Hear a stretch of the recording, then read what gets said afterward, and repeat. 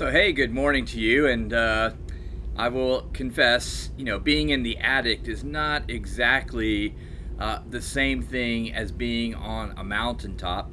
But I kind of wanted to at least get you into thought of climbing and what it meant to ascend as we hear today's Lenten Devotional scripture.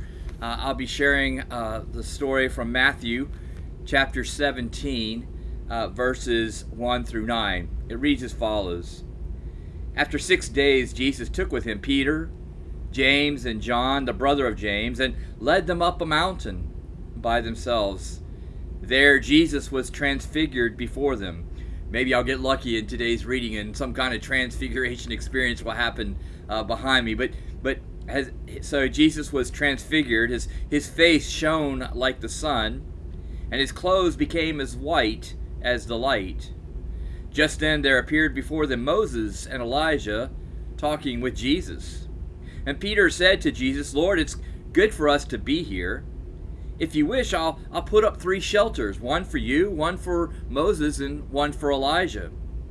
While he was still speaking, a bright cloud enveloped them, and a voice from the cloud said, "This is my Son, whom I love. With him I am well pleased. Listen to him."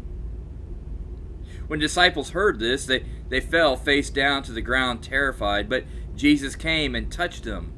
"Get up," he said. "Don't be afraid." When they looked up, they saw no one except Jesus. This morning, as you enter into your devotional time, as you reflect on today's reading, I want to invite you to reflect on a time where you've maybe have climbed up on, had a mountaintop experience, and what was that like, and how did that feel as you were having that mountaintop experience? There's a good chance that you really desire to just stay there, perhaps even to camp there, and maybe you found yourself thinking, boy, it would be good if I could have this moment forever.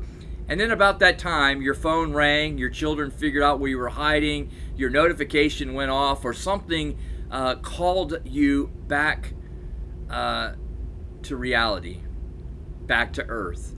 In this case, in today's reading, the voice from the cloud was what got the disciples' attention.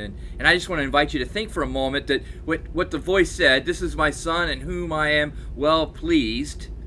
But then that last part, "Listen to him." Why did God have to give them the instruction to listen to him? What had they not been listening to? Well, prior to Jesus going up on the mountain, Jesus had said to the disciples, "My brothers, my friends, hear this. I must go to Jerusalem, where I must suffer at the hands of our religious leaders, at the elders and the chief priest. Not only must I suffer, but I must also die. But on the 3rd day I will rise again." We're called to listen to the hard news. We're called to hear the difficult news. I mean, can you imagine what was going through the minds of the disciples? They were thinking, we've given up everything to follow him, and now we're being told this? My question for you to reflect on today, is there difficult news that God has been speaking to you? Is there difficult news that God has firmly placed in front of you? And it's been a challenge. It's been tempting for you to not hear that news. Hear God's words today. Listen to me. Listen to me is what God says to us, even in the midst of the difficult news. That's what it means for us to walk the path towards the cross. Thanks for being with me this morning. I pray that you will have a blessed day, and I'll look forward to the next time that we're together. Until then, be blessed.